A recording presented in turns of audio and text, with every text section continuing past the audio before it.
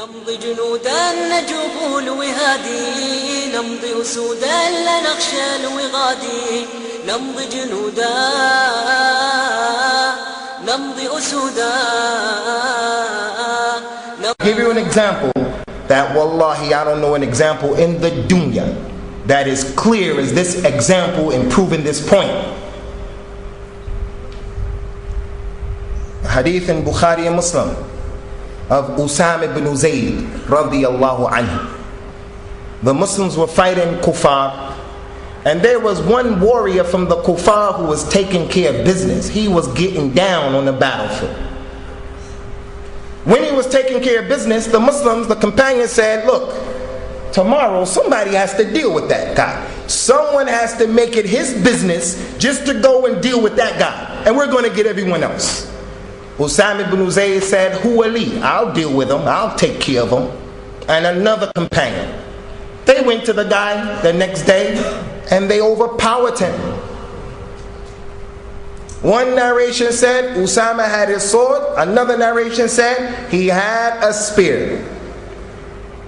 He overpowered him and he got ready to kill him, and the guy said, Ashhadu an la ilaha illallah.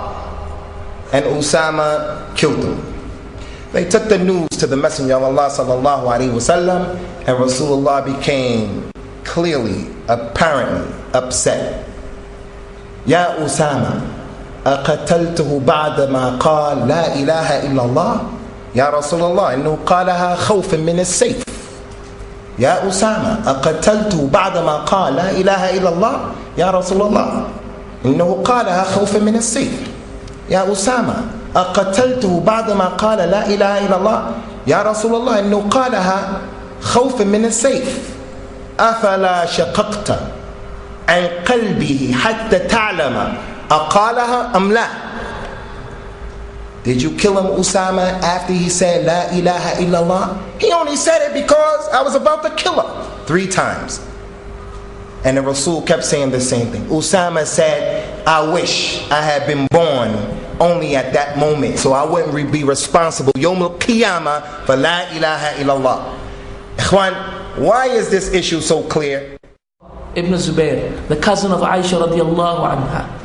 The cousin of Aisha radiallahu anha. She was passing by the house of Aisha radiallahu anha, and she heard Aisha radiallahu ta'ala anha. She was standing up and praying. And Urwa mentions that I do not know whether it was the night salah, the salah of tahajjud before Fajr, or whether it was the salah al-duha, whether it was the salah after sunrise. For I do not know which salah it was. Yet I passed by her, and she was standing up in salah, and she was reciting from the Quran. And then when she came upon the verse of Allah subhanahu wa ta'ala, فَمَنَّ اللَّهُ عَلَيْنَا وَوَقَانَا عَذَابَ السَّمُومِ. And when she came upon the beautiful verse of Allah, when Allah subhanahu wa ta'ala talks about His ibad, His slaves, and there are those of them who say, فَمَنَّ اللَّهُ عَلَيْنَا. And so Allah subhanahu wa ta'ala blessed us and gave us a bounty. وَوَقَانَا عَذَابَ السَّمُومِ. And saved us from the adhab al-samum, from the terrible torment. From the terrible torment, Allah subhanahu wa ta'ala saved us. And so Urwa continues. So I saw Aisha radiallahu ta'ala anha reciting this verse. And so I went away, and she was crying, and I left her crying. And I came back after many, many hours. I came back after many, many hours.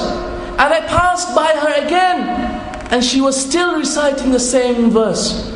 فَمَنَّ اللَّهُ عَلَيْنَا وَوَقَانَا عَذَابَ السَّمُومِ. Naam. And so Allah subhanahu wa ta'ala gave us the great bounty and saved us from the terrible torment. My brothers, have you heard of the story of Malik bin Dinar? The story of Malik bin Dinar. He used to stay up all night imploring to Allah, grabbing his beard and saying, Ya Allah, indeed you know who will go to the hellfire, and you know, O Allah, who will go to paradise. O Allah, I implore you, which of these groups am I in? O Allah, I ask you, which of these groups am I in?